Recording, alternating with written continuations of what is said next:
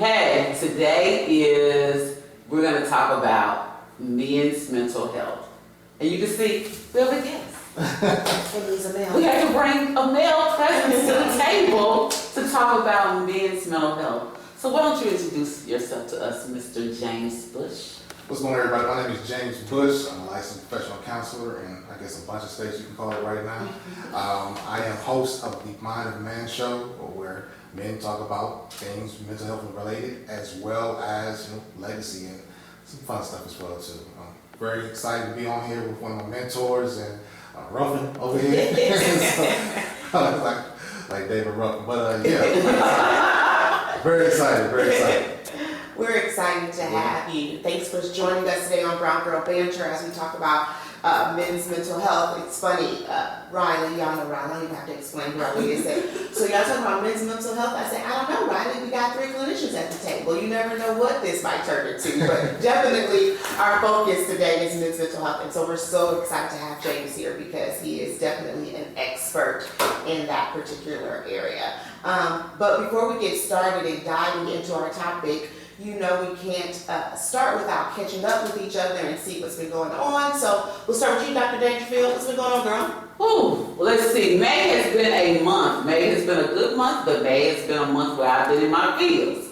I got to go doing forest therapy and forest bathing at the beginning of May. That was fun. That was a lot of fun. Went to North Carolina, hung out in the forest with some people. Doing some wellness and some mindfulness practices. I'll tell y'all, I always say I want to see a bear, but I really don't want to see a bear. I want to see one, but I don't. You know how you want to see it, but you don't want to see it. So we're out here in the forest, and the lady's talking, and so we're by this nice little stream, and she says, if you were a bear, wouldn't you want to just play out here in the water and not cross over the bridge? We were like, oh yeah, play out in the water. She said, well, no, a couple weeks ago, bears walked across the bridge.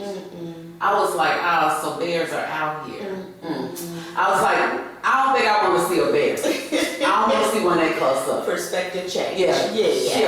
Major shift. But yeah, so that was one of my things I did, and then I did a lot of speaking last month because it was Mental Health Awareness. You were around a lot. But spoke a lot on mental health and entrepreneurship because that's an area that we don't talk about, but as entrepreneurs, we need to talk about it because the journey is made with some highs and some lows when you're out there being the CEO and founder of your business. So had some opportunities to talk in different spaces about that, not just because it was Mental Health Awareness Month, it's because it's a topic that we need to discuss all the time. And entrepreneurs, stop being silent. Let's talk about it. No, that was really cool. Yeah, with that, and then we'll talk. Y'all, we got a hot topic that's going to talk about the rest of May. Yeah. It's funny, I saw your face everywhere on Facebook. I feel like she was everywhere on Facebook and Instagram, like speaking. I was like, you better go, girl. Yeah, I had some great opportunities, so I was glad to do it. I love it. I hope y'all are following her on social media so that you can catch her on all of these roundtables and these lives and all of these panels and things that she's on. It's pretty amazing. So proud of you, sis. Yeah, thank you. You're welcome. So what were you doing? What did you do for May? Because the kiddies are out of school now. Yeah, they're out. They got out at the end of the month. Whatever about that. Y'all know the kids be wearing me out. James has kids, they wear me out. But May was a good month. I can't remember most of May. The part I remember the most, like the most recent thing is my niece graduated from Ravenwood High School. And so super proud of her. She is heading to Clark Atlanta University, going to an HBCU. So we were excited about that. I know. And so what happened was a lot of family was in town this week. Whatever that weekend was, Memorial Weekend. So that was really nice. I had to see my brother and his family, my sister and her family from Michigan and Atlanta. They came, and a bunch of my sister's friends were in town. A few of mine even were in town. So it was just nice to celebrate my niece and to be with family, which I think we've been together like that in a long time. We usually come together to celebrate my mom's death anniversary and her birthday. So it was nice that it wasn't centered around grief. Yeah. It was nice to just come together and just be in a celebratory mood and, congratulate my niece and have a good time and laugh and kiki and all the things we did. So I think I ended May even with all the things that were going on in the world and society around me, I ended May on a really great month. Yeah, I like that's that. good. So that was Yeah. really good. So that was exciting. What about you, Mr. Bush? How was your May? What was it, May, June now? It- Very busy, very busy, very, in development, prepping for my new show and expansion of it. Seeing a lot of wonderful people, clientele, everything like that, working with one of my favorite demographics is couples. I love working with Oh couples. my God. Thank you. I love Jesus. I love working with couples and, a lot of the back and forth. I mean, believe it or not, a lot of people, they seek me out because they'll say things such as, I don't want my husband to be beat up on by a different woman, a true woman. So you're a black guy. And I see what you do on social media, and I think you'd be a good fit. And I'm like, switch it. So I enjoy it. I love it. I'm able to be myself, and we're able to have some very interesting conversations. And so that comprises a lot of my May. Okay. You know what? I'm glad to hear that you do couples because I only splatter a couple in, like a few couples. But now I have a referral source Yes. to shoot them too. Yes. Definitely. Yes. I think it's just so important that we have somewhat of a balanced approach when it comes to working with couples because for a lot, and in our instruction, there isn't a lot of balance in it. It's very one-sided, and it can be sometimes gender-wise or it can be culturally wise as well too. And that's unfortunate because in order for it to work and have the longevity, not grandma and grandpa, but the longevity of us, we've got to look at it and refine it just slightly. Love that. Well, we got any couples, James Bush. Look them up. We're going to give you his social media information too before we end today, so you can be sure to be following him as well. So we have a hot topic. I have another hot topic though. Sorry, we didn't discuss this. Y'all know I go off the record all the time. But I always gotta throw in my one little tidbit because somebody mentioned this to me and I thought it was important. So before we go, Abby, I was like, this is kind of sad too. So the baby formula thing. Oh, yeah. Okay. That has been huge. Yes. And what I've been seeing a lot with women on my timeline or talking about is the breastfeeding versus the formula. And like, well, it's just, I don't have that problem because I breastfeed, or like breastfeeding is just this easy task. No, it's not. For people, and how there's just been this struggle of women of like going against, like women going toe to toe on social media over breastfeeding and formula fed babies. And how sad it is that like kids are getting hospitalized because they are not getting the formula and the things that they need. I mean, and whose feet does that really fall? I mean, like fall at? Is it our current administration? Is it our last administration? Is it? Our fallout is from our last administration. No one wants to hear that. Our fallout is from the last administration. If we think about it, because all of this started prior, and we always know that the first 4 years of the next administration is always cleaning up what the prior administration did. So, and we know, there are countries that don't like America because of that. But the battle between whether breastfeeding is better than formula feeding, it's a choice. It is. And I think the babies have to be penalized. Exactly. And I was like, I think the one that I found the most disheartening is, and I guess this is the mental health provider in me always, it's like, why we gotta argue over that? Like, we need to be trying to find a way to support one another, lift up one another, and support one another, and it's like this idea, it's interesting. I went to the doctor recently, and she was like, asking me had I thought about maybe some postpartum, because I got Linux, and so I was like, maybe, and I'm like, part of that depression or that anxiety or that stress is from breastfeeding, and so I think sometimes people minimize like, oh, look, problem solved, I don't have this formula issue, but that is just as stressful, exhausting as having to go buy formula or try to, because some people are depressed because they gotta use formula. They want to be able to. It's a difficult situation all the way around, and so I just was like, how sad it is to see people, women, berating one another who probably already in a sensitive space after giving birth to a child and trying to formula feed or breastfeed children. It's just like, really, I mean, like friends texting me like, we should talk about this. I'm like, okay, we support you women out there. Oh, yeah. But the other piece is where I was watching the news and I think I was I was actually getting my nails done at my nail tech. And they were talking about it on the news, but they were also talking about the surrogacy, where women were willing to be, like going back to the, for biblical days, the wet dirt. Oh, yeah. And it was like, and so my nail tech, which is a me, he was like, now how would that work? Now how they doing He that? said, I don't know if I was a mother, if I would want somebody to, because what if something's wrong with it, a whole lot. And I was like, hopefully they go through a vetting. Yes, exactly. To do this. But he was like, man, I don't know. But I was like, well, but it was women that were like willing. Yeah, to do that. They were willing to do it for other people because they were like, they saw the need. They were like, oh, I would want somebody to do it. Our ancestry. They did it. Y'all know. Yes, they did it for their own kids And for the master kids. Exactly. To be honest, yeah. So that's not even a new concept. Yeah, that's what they were bringing up. Yeah. So I'm saying, ladies, as a mother who struggles and has her issues, y'all know I talk about them kids every time we on Brown or Vanta. James, I talk about these kids all the time, okay? Because they stress me out.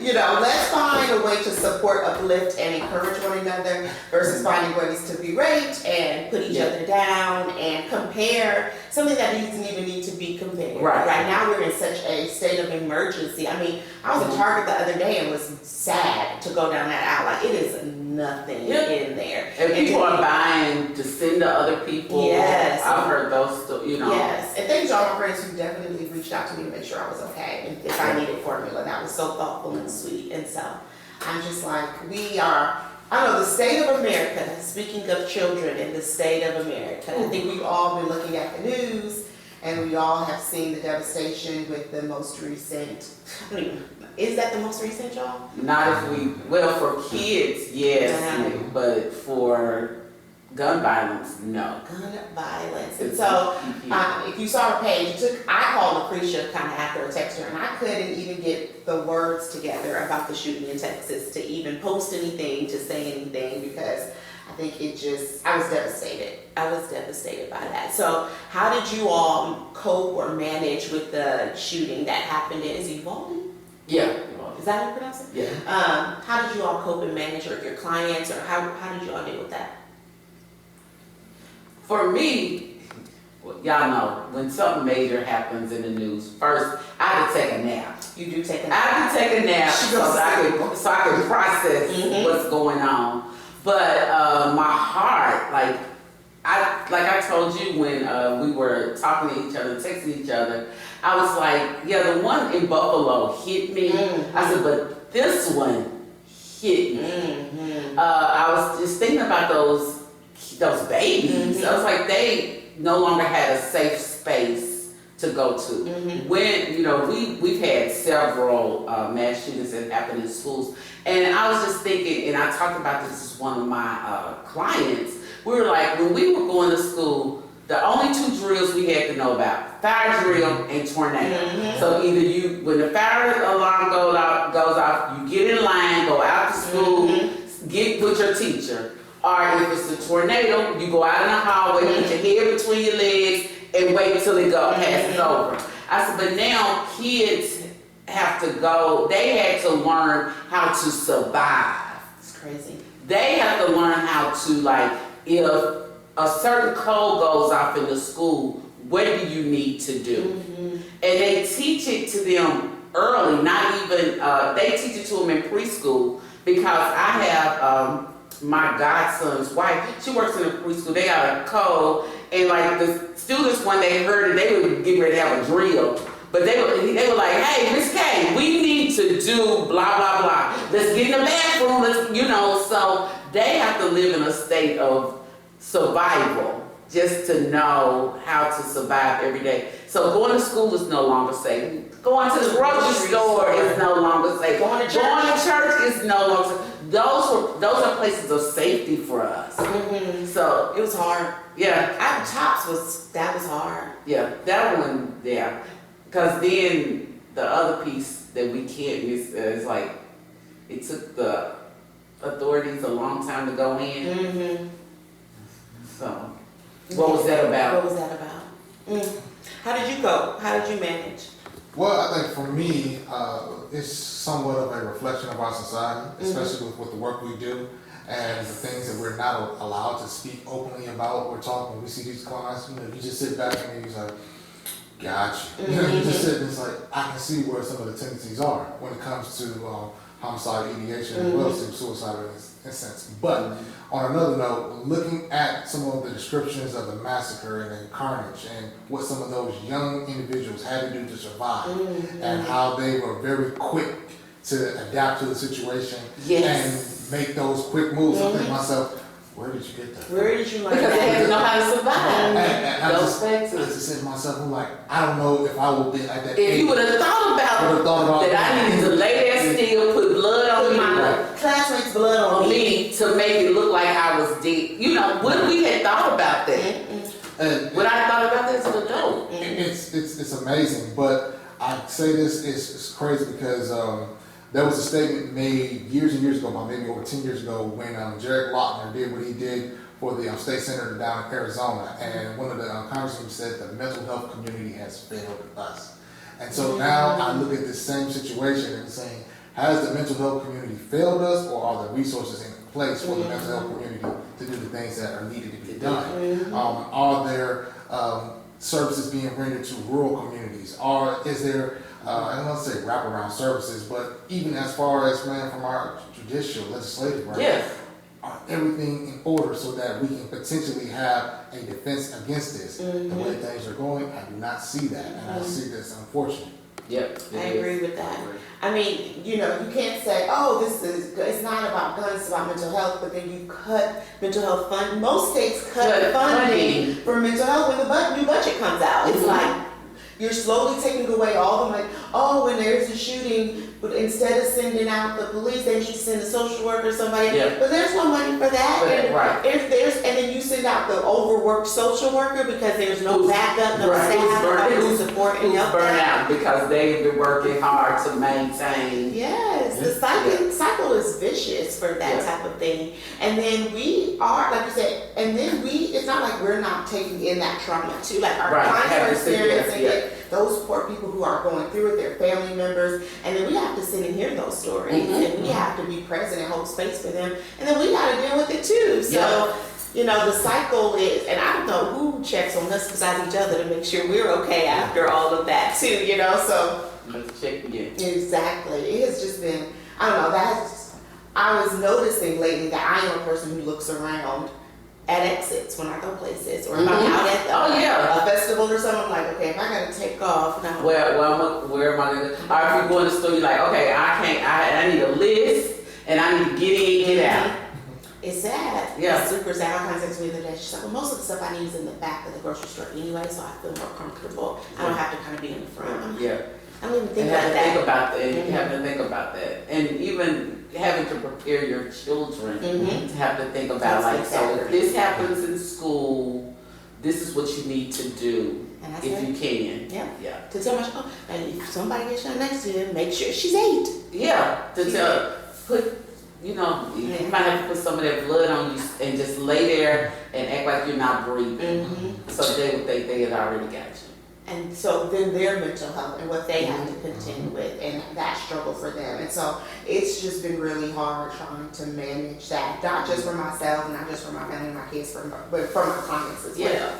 And so, speaking of mental health, right? Like managing that and being present for that and holding space for people. That's one of the reasons we really brought James in today. We know James, how long have you been practicing? This has been my name with 10th year.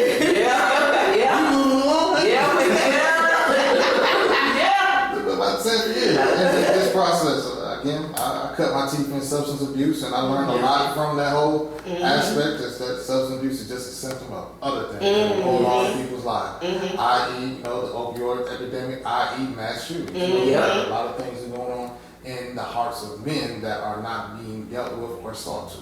What do you think that barrier? I mean, now that we kind of talked about saying men triggers that for me. Like, what do you think the barrier? Because it's usually a male. What is going on with men in mental health, and why do you think that they are not getting the services and the help that they need to deal with their anxiety, depression, suicidal ideation, whatever it is that's going on with them? Well, for one, I think it's poor emotional regulation. I think that it's been normalized that, okay, men, they are spontaneous, they are impulsive. Like, no, we just can't accept some of those things. I think that we have to make a more concerted effort to show and demonstrate that, hey, it's okay to go and take care of that aspect of yourself along with your physical needs. Until we begin to make that a priority, it's getting better, but if you look back when we were, I guess, in high school and that wasn't the focus. Many in our communities, we were taught to just pray about it and it'll go away. And I'm having nothing against the church or anything like that, but what I'll say, my faith, if I work fulfilled. And so that's where I'm seeing for a lot of guys is that we have to begin to have those necessary conversations. A lot of times we're having conversations with one another, maybe at a barbershop, or maybe on a corner, or at somewhere, some other function, but being able to have those in a mass group where it's normalized that, look, I need this moment, I need a break, I need to take care of myself. It's starting to happen, but it's something that we're long overdue. That is so true. That is so true. So as you work, because I know you work with men, and that that's probably the majority of your population. Yes. But tell me, what are the things that show up? Like, what are they coming in saying? Because maybe they're not saying I'm anxious or that I'm depressed. What are the things, like, what are some of the presenting issues that you see? I see a lot of trauma, especially from things that have happened within their communities that are developing. Some of the trauma could be violence. Some of it could be of the nature of sexual assault, which a lot of times is not really talked about. Basically, maybe in the 70s and the 80s or anything like that, I remember for myself that you were given a badge of honor if certain things occurred. Yeah, that's true. Maybe your father sat you down on a table just like this and said, hey son, you're 16, I want to take you somewhere. And you like, oh really? And then your stepmom said, what are you about to say? And so, but people do not understand what that does to a young adolescent male and his brain development once he begins to see that. And so that instance perpetuates itself all the way into adulthood, and then we wonder why we see some of the things we've seen. And then another thing that I'm seeing that guys come in and they're talking about as far as relationships. How do I do life with this individual? It's difficult because sometimes I don't have the tools. I don't know how to talk to them. I don't know how to respond. I don't feel like I'm working hard. And it's the craziest thing because men, we do communicate. We talk a lot. It's just that sometimes we don't talk to the people that we're supposed to talk to at the times we need to talk to them. That's a word right there. Yeah. I hear you. That's a word right there. Yeah. So that happens, and we just got to be cognizant of that. I think that men having the tools and having the understanding of, okay, this is what I need to do in this moment for not only my mental health, but also as far as with my relationship, my partnerships, and as being a father, I think it's very effective and necessary in our society today. He better say a word up in here. So I think I have this question. What do you hear from men, married, dating, whatever, that it's like, I always try to talk to couples like, speak so the person can hear you, not what you're trying to say, but so that they can hear you. Like, do you think the barriers are for women that we're not understanding or grasping or, getting an understanding from our men? You say they talk and they might not say what they need to say and who they need to say, but we too sometimes can muffle or ignore or... We communicate like we communicate. Exactly. So what are some of the things you hear, or do you think women can do, and maybe not generalized, but some things that you encourage or help women with as they're trying to get their male partner to communicate maybe some of their mental health concerns or issues or things that they're going through? Well, I think, again, it goes back to a lot of our upbringing. We got to stop, man, just demonizing conflict. and contention. For some reason, we're just so uncomfortable when someone disagrees with us. And what I'm here to tell you guys is disagreements happen all day, every day, a dime a dozen. And so when guys and ladies, when we can get to the point where I understand that me and you don't disagree. I mean, even according to Mark Weil of who's associated with John Gottman, who's like the guru in couples therapy, says 69% of all couples arguments are unresolvable. So the fact is that if I know that, okay, we're going to disagree, we're going to have this little conflict, but that doesn't mean I don't love you at the end of the day. That doesn't mean that, man, we can't still walk hand in hand and do what we need to do for us. It just means that we just have two different approaches to this topic. And guess what? We have to normalize that we're all going to have that because we come from different background settings, cultural experiences, ideations. So especially when it comes even in the Black community. I mean, you have the Baptists, you have the Pentecostal Baptists, you have the Methodists, you got, so there's all different ways. You got people who dress up to go to church, you got people who just wear man jeans and a t-shirt. It's a different, and you're amazed how such small differences can escalate to something so So I think that we just have to just be able to just sit back for a minute and just allow ourselves to express ourselves to one another. I think that's the big thing. And also just be willing to listen, to understand, as opposed to just always trying to be understood. We have to be able to function at a capacity, because then again, it's just, okay, I'm going to get you, you're going to get me, and it's like a tennis match, back and forth. We're just hitting the ball. It's like Hector the Deflector. I mean, it just doesn't make sense. And we are destroying our relationships and our communities based on that. Because what I try to tell people is, strong families build strong communities build strong regions build that voting power and that capital, that political capital that gets that stoplight, that stop sign, that gets that road made and everything in our communities when we're complaining about it. But if we don't have the cachet to do such, then it sucks. Time magazine came over with last October, they came out with a description on as far as communities, mental health communities, as well as marriages. And African Americans, we were last in that compared to Asians, Hispanics, Caucasians. And you ask yourself, what is it? I understand we went through slavery. I understand that, but there's so much more that we are doing to ourselves than be honest, because we're resilient people. The fact that we are in this place that we are right now. That is something. I mean, just to hear. It's disheartening, but also interesting to hear that we struggle so much with that. So talk about a little bit about, I think one of the things we and Lucretia on this, she on a really cool shirt before I made her change it too. On these shirts. What did your shirt say? It says Black men are dope. Black men are dope. And so, y'all are. Yes. So y'all watch it, y'all are. So tell us a little bit about, you really work majority Black men. A lot of Black men. So tell us a little, to me, to get a Black man to come to therapy, to talk about mental health, can be challenging. How do you, tell me a little bit about your work with them and what you do, and even about you were just talking about your podcast, right? Yeah. Oh. Yeah. So, generally, a lot of times what happens is it's the sisters who kind of help plant the seed. And they'll go and they'll have conversations, hey, look, I think you need to go and talk to somebody. I'm going to go talk to somebody. I think you need to go and do that as well. And so then the aid comes when that sister takes that journey and says, hey, look, I got a couple guys that I want you to look at or anything like that. Well, you turn to a page or Instagram, you see a guy like me who looks like you, who I don't look like Freud. I don't look like Yoda. I don't talk like Yoda or anything. I don't. And so I wear a baseball cap. I'm myself. I say all kinds of things. I'm very colorful when I want to be. And that is that. And so then when we come into our sessions and anything like that, it's just not my session, it's theirs too. We can go as deep as we need to. And just what I learned about Rogers and I learned about Freud.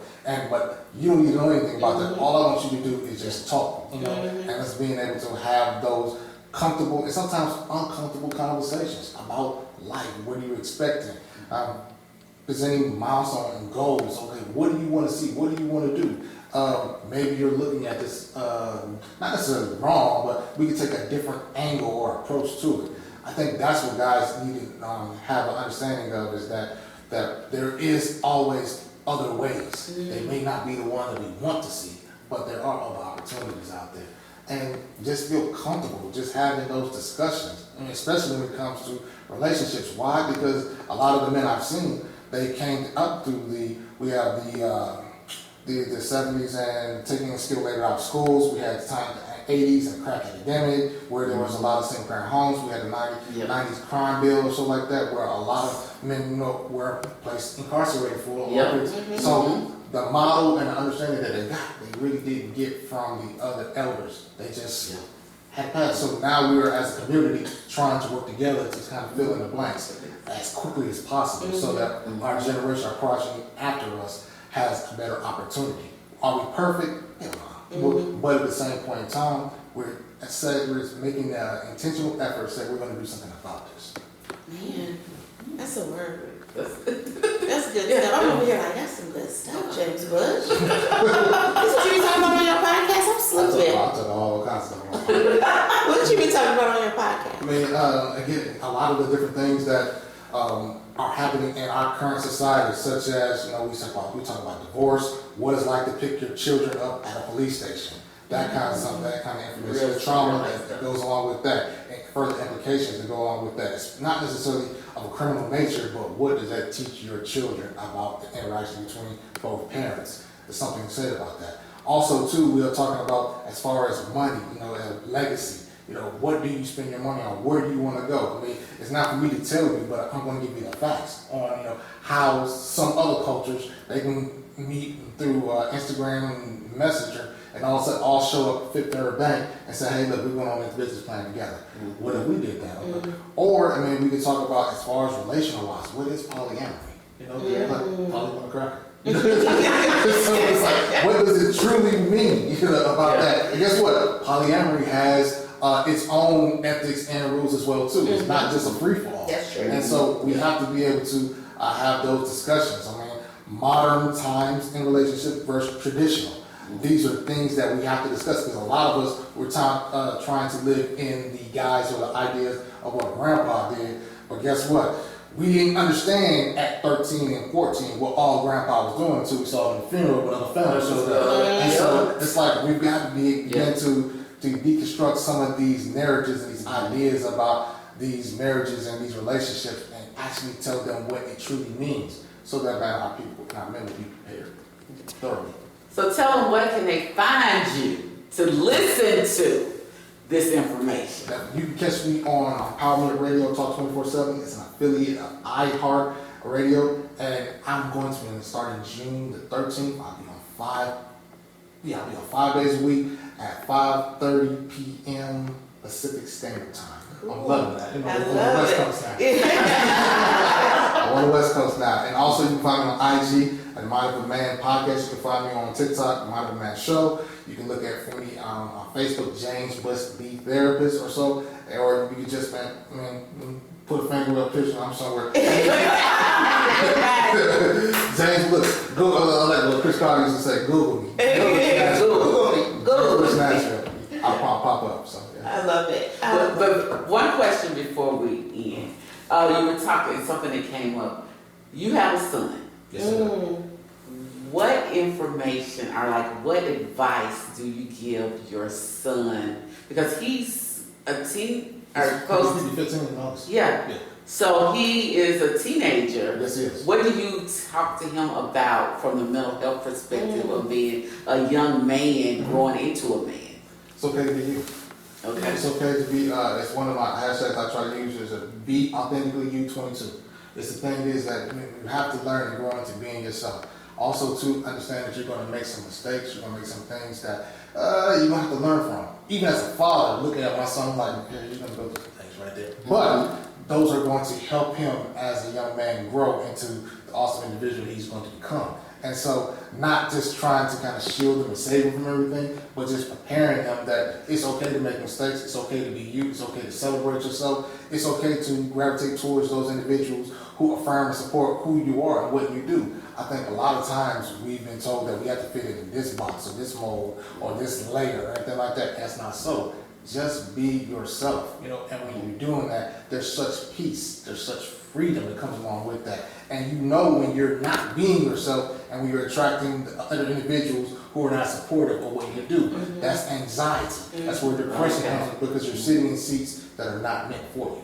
So I try to give him the opportunity, hey, like, you want to do this, you want to do that, let's do it. And also expose him to other different things, such as maybe kayaking, canoeing, or fishing, or whatever have not. You know, just let's try a different thing, because it's a full world. You have a lot of life, God willing, that you have in front of you. So do you give your daughter a different message?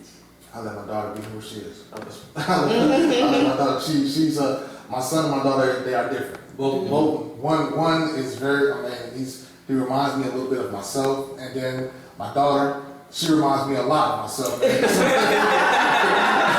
About some of the things that she says, or basically sometimes her assertive nature in life and everything like that. Her assertive, but then sometimes emotional nature as well as with that too. And we just have those different discussions, and when I'm looking at her, I had to forget, you're still 10 years old. I was like, I had to think, I'm like, just 10 years old. It's like, wow. But just being present for them and being able to give them conversations is necessary. Love that. Well, thank you, Mr. Bush. Thank you so much for being here and today. sharing such wonderful and powerful information. You have to come back again Definitely. and join our conversation. Well, Brown Girl Banter, this is the end of our session for today. You know what? You can catch me, Dr. Dangerfield, on IG at I am Dr. Dangerfield. You can catch me at I am Dr. Patience. And you can catch us at I am Brown Girl Banter on IG. And on YouTube, most definitely you find us at Brown Girl Space Banter. And so we hope you enjoy the rest of June and have a great summer. Yes. What else? We'll see you next time. We'll see you next time. Y'all take care. Bye, Brown Girl Banter.